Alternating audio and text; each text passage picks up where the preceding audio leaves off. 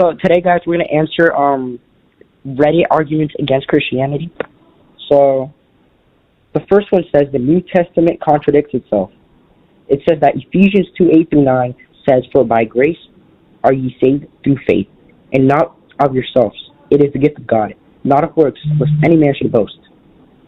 And then Hebrews 12:14 says, "Follow peace with all men and holiness, without which no shall see the Lord."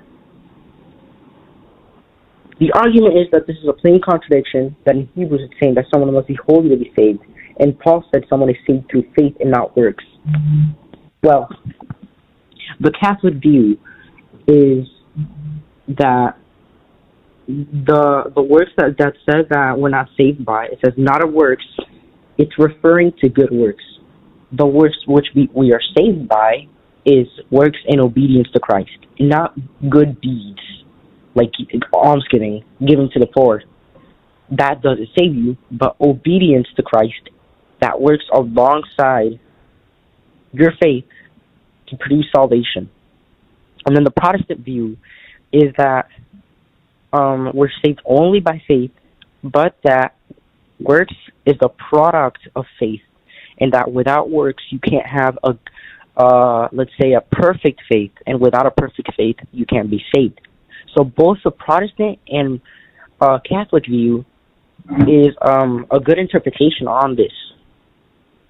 There is no reason to say it is a contradiction, and there's no good reason to. That is ignoring the Christian interpretations of those verses. So the second argument is God cannot be all-loving and omnipotent.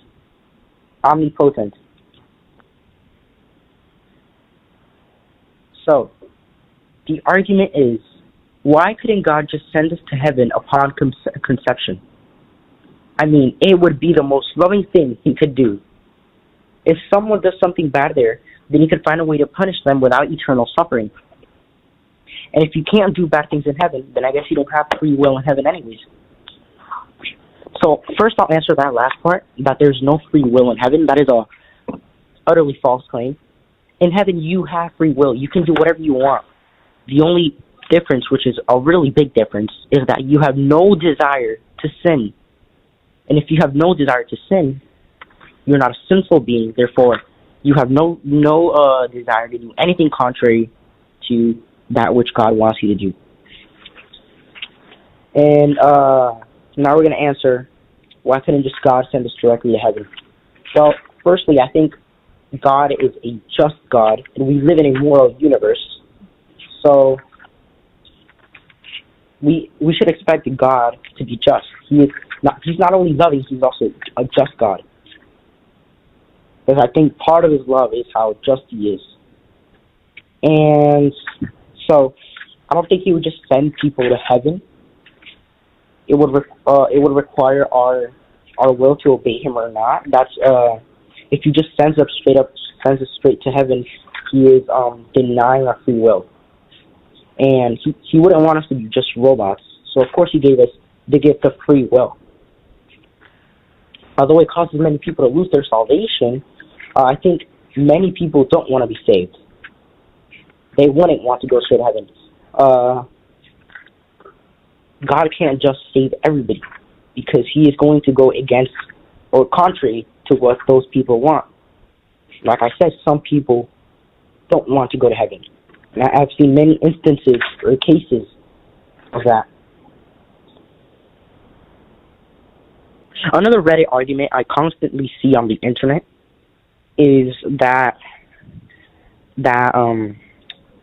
it is God isn't all loving because there's suffering in the world. We have to consider a bunch of facts. One of them is that the world is going contrary to what God wants. Therefore, there is an absence of good.